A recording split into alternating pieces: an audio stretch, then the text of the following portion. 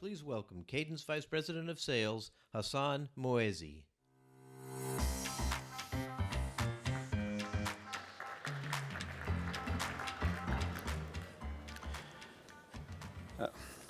Good morning, ladies and gentlemen.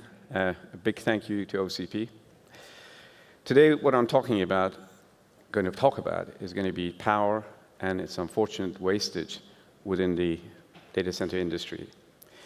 To give you a scale of the problem that I'm talking about, commonly known as stranded capacity, I took this slide from Dean Nelson's company, that's Cato Digital. By the end of 2021, about 105 gigawatts of capacity was built around the world. And over 30 gigawatts of that was unused, or is still unused. In fact, this number is much worse now. And it's going to get much worse in an accelerated sense because of the AI, emergence of AI, and the proliferation of the data centers as you see them. The problem you see here, by the way, is an average 30% plus. It's actually is an average because it takes into account highly efficient hyperscalers. And it doesn't include the enterprise colos, because they're much worse in terms of their utilization of their capacity over the life cycle. We're talking about, at best, 56% utilization for a typical colo or enterprise. My colleague did a quick calculation. We're talking about $1 trillion for CFOs here who may be interested in that.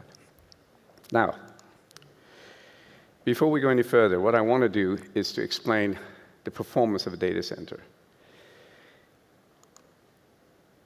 In order to do that, the first thing is to explain the supply chain that creates a data center. This is pretty straightforward and obvious. It starts off with the chip itself. This is where all the problems start from. And it goes on to the chipset, the board, the chassis, the cabinet, and of course, then moves on to the physical data center itself. What I want to point out here is a dividing line here, the middle of slide number 4.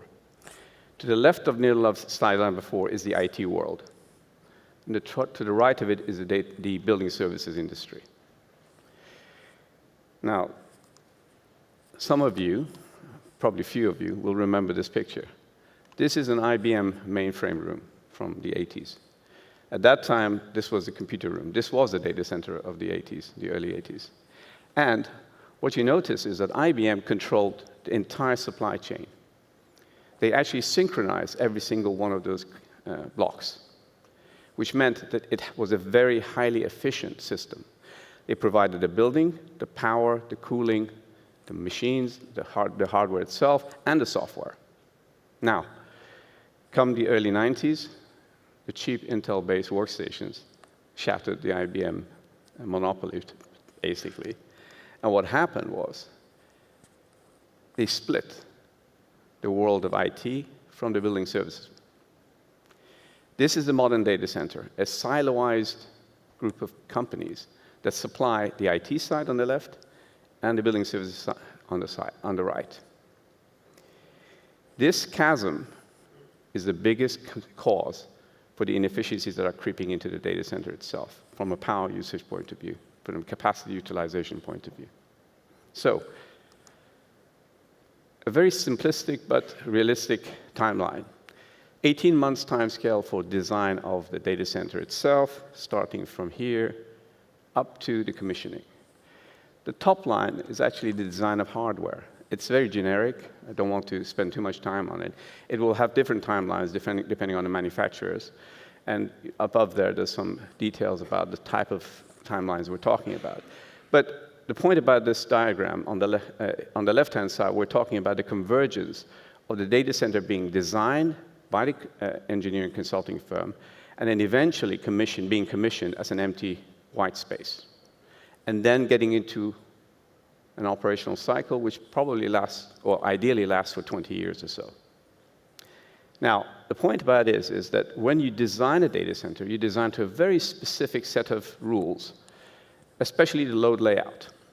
And once you get into operations, you actually change all those rules from day one, let alone 5 years down the line.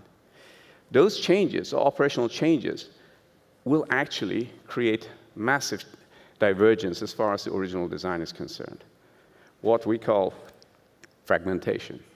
So, stranded capacity, the elephant in the data center. Everybody knows about it, nobody talks about it. And it's massive. It's not small, it's not a few percent, it's 40% plus. Now, to explain exactly how and why stranded capacity is actually created, it's important to start explaining how you would actually design a data center. So, an owner-operator, Colo, decides to come up with a 5 megawatt data center. That capacity is then given to an engineering consulting firm to design around. That 5 megawatts of capacity obviously creates 5 megawatts of heat. The actual, oops, doesn't seem to, sorry, the clicker doesn't seem to work.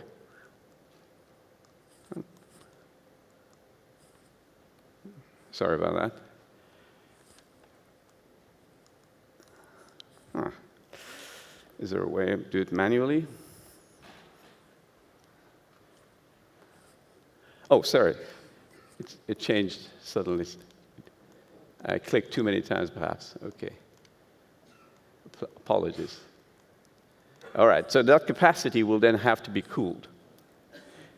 And the consulting engineering firm comes up with a cooling system and a control system for the data center itself. And out of those two parameters comes the energy efficiency of the data center itself. This triangle, and I want to emphasize specifically that this triangle is the design performance of that data center. And you cannot change it. This is literally set in concrete when the data center is built. You're not going to get any better than this. That's what I'm trying to say. So you cannot go halfway through the life of a cycle of a data center and say, I'm going to create a more efficient data center, unless you actually change the infrastructure. So how does a stranded capacity work? Part of it is actually over-provisioning. And this is something that everybody knows about. This is risk management. This is intentional. And that's what you see happens. That inner triangle, the red triangle, is the performance that you actually dictate starting from the design. What happens, of course, is a second part to it, which is uncontrollable. This is physics-based. You're talking about the physics of the data center itself. And this is fragmentation of space, power, and cooling. And this is unavoidable. So I use the game of Tetris as a way of explaining this. So on the left-hand side, you see the design cycle of the data center itself. This is your perfect triangle that you saw earlier on. And then, of course, you have, oops, I can't. Sorry about that. You have the, I'm doing a terrible job here. You have the actual operational side of things that, apologies, it's something that,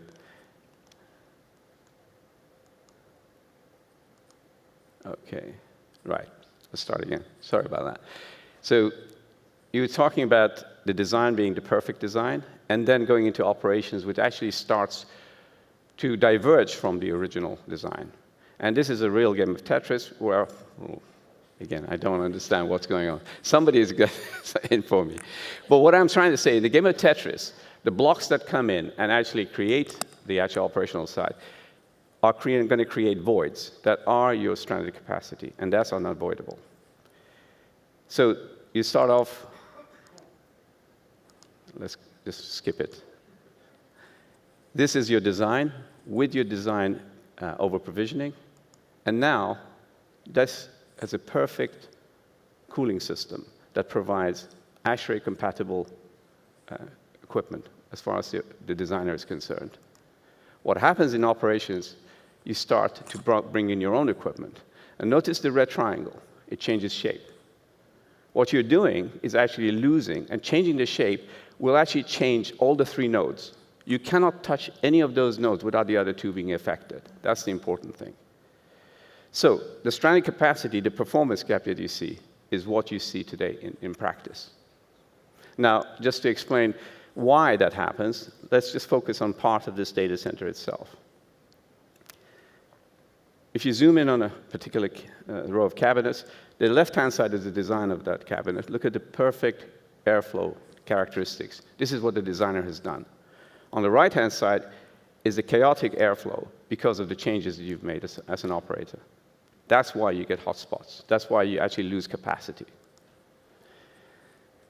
So the impact of fragmentation is obvious. High energy costs, excessive carbon emissions, unsustainable data centers. Today's operational planning tools do not allow you to be able to quantify this fragmentation. It's invisible.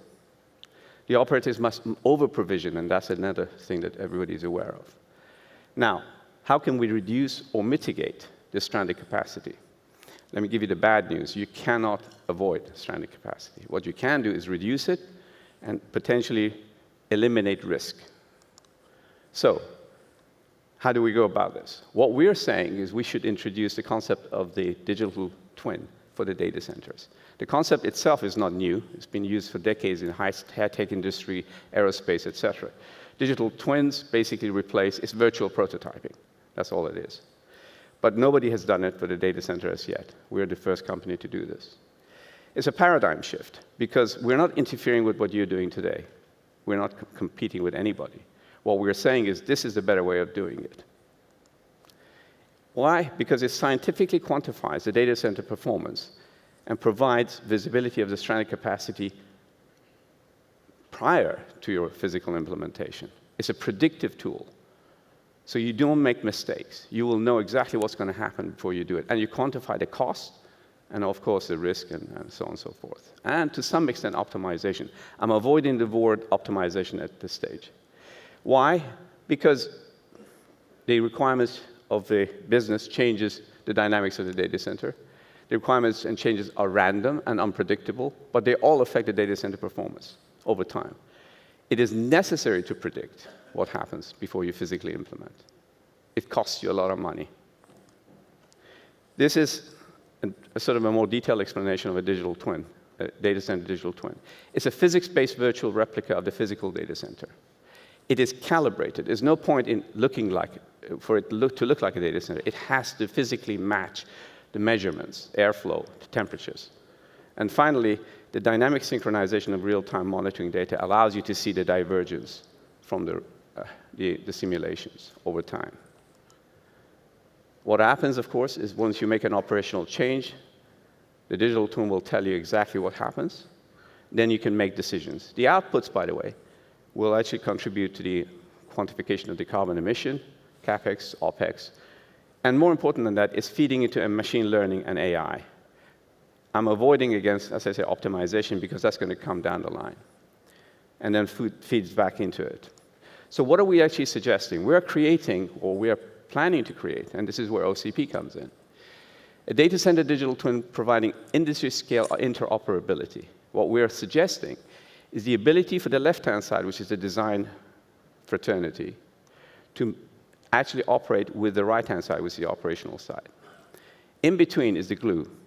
These are libraries, and these libraries range from anything from a tile on a floor, as cabinets, PDUs, air handlers. Every single one of these libraries is an intelligent library.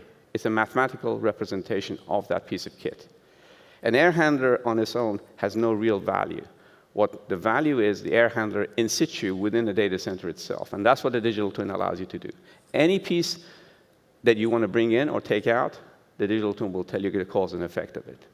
So, libraries of IT equipment, libraries of infrastructural equipment, air handlers, PDUs, etc., and of course the actual library of the data center itself.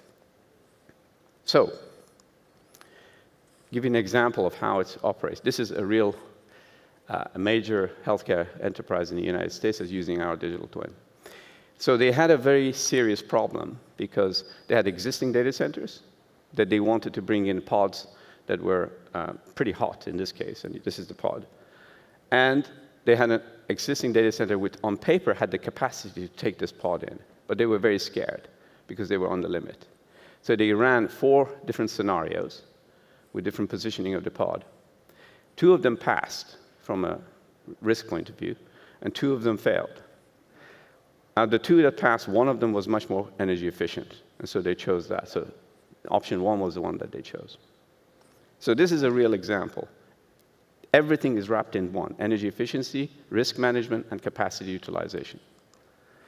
This is a digital twin. It's just a walkthrough, and I don't want to spend too much time on it. But this is a real calibrated digital twin. This is a Binghamton data center. It's a small university in New York with a small data center. And what you see is the details that are actually captured within it. Without this detail, you're not going to be able to capture the physics. What you see here are the assets, the infrastructure, the power connectivity, everything. Sort of similar to DCIM, but it sort of complements it in many ways.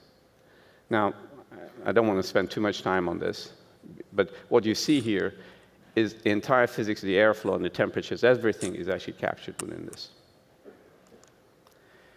What we want, the call to action, is OCP. We have spent 20+ years in this market, and we've developed this technology for this purpose. The biggest problem we face is whenever we go to a data center conference, whether it's this Data Center World, Data Center Dynamics, etc., what we see is a group of people who are dedicated to infrastructural side of the data center. There's literally no evidence or presence of the IT world. And the reverse is also true. When we go to an IT conference, we hardly see any infrastructural presence in there at all. In order for efficiency to creep in, you need to bring back what the IBM world used to do, which is bring back the two sides together. And the only way you're going to do that is to collaborate. And I like the strapline from OCP, scaling innovation through collaboration. What we want to do is to convince all the infrastructural manufacturers, the designers, and also the IT equipment manufacturers to come up with a format where that libraries that you saw in the middle of that slide can actually be populated and actually used in order to design and also operate a data center on a timely basis. That is how you reduce, almost eliminate, perhaps, the data center, the elephant in the data center itself. So, thank you very much. I'm not sure with all the problems that I have.